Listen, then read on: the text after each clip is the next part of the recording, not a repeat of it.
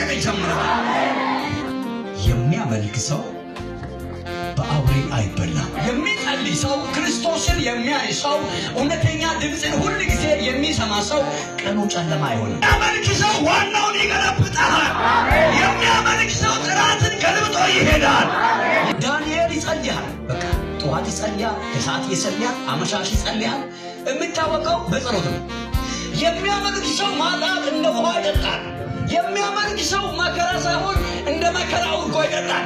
ዛሬ የነገታ አምላክ እግዚአብሔር ነገሮቻችሁ ወደ ፍጻሜ ያዞራል። አሜን። እንሮ ትሞታለህ ባሉ ሰዎች ላይ ታድጋለህ። አሜን። መልካም መንፈስ ያለው ሰው በምድሪቱ ላይ ይሾማል። አሜን።